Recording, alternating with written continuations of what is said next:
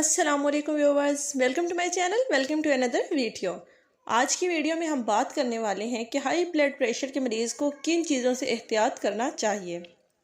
High blood pressure से बहुत से लोग मुतासिर हैं और इसकी वजह से दिल का दौरा या फालज जैसी बीमारियों के खतरात बढ़ जाते हैं। माहिरीन के मुताबिक इस बीमारी में मरीज़ की खुराक और रोज़मर्रा की आदत में कुछ तब्दीलियाँ करके इसे कंट्रोल किया जा सकता है। अगर आप भी हाई ब्लड प्रेशर जैसी बीमारी में मुब्तला हैं तो आपको अपनी खुराक में चंद तब्दीलियां करनी पड़ेंगी, जिससे आपको अपनी सेहत में काफ़ी मुस्बत तब्दीलियां महसूस होंगी। आज की वीडियो में हम आपको बताएंगे कि आपको किन किन चीज़ों से गुरेज करना चाहिए।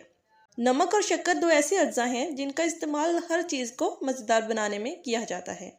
हाई ब्लड प्रेशर के मरीज़ों के लिए नमक और शक्कर की ज़ायद मिकदार नुकसान का बाइस बन सकती है। अब इस बात का हरगिज़ ये मतलब नहीं कि आप नमक और शक्कर का इस्तेमाल करना ही बंद कर दें। हाई ब्लड प्रेशर का मरीज़ नमक और शक्कर को बहुत ही महदूद मिकदार में इस्तेमाल करें, ऐसा करने से इनकी सेहत मुतासिर नहीं होगी। मरूफ कंपनियां जो कि टमाटर से बने सॉस और केचप वगैरह तैयार करती हैं, इनमें नमक की मिकदार ज़्यादा होती है।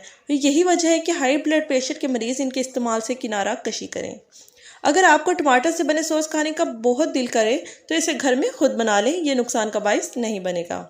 कोल्ड ड्रिंक्स में शक्कर की मिकदार इंतहाई ज़्यादा होती है। अगर आप इनका इस्तेमाल रोज़मर्रा की ज़िंदगी में कर रहे हैं तो इससे गुरेज कीजिए, क्योंकि ये हाई ब्लड प्रेशर के मरीज़ों के लिए बेहद ख़तरनाक है। आम तौर पर सुपर मार्केट्स में पैक फूड में गोश्त, फल, सब्जियां और दीगर चीज़ों को जमाकर केमिकल लगाकर पैक करके बेचा जाता है। इनमें सोडियम की मिकदार बहुत ज़्यादा होती है, जो कि हाई ब्लड प्रेशर में काफ़ी ख़तरनाक समझी जाती है, तो इनको ख़रीदने से भी गुरेज करें।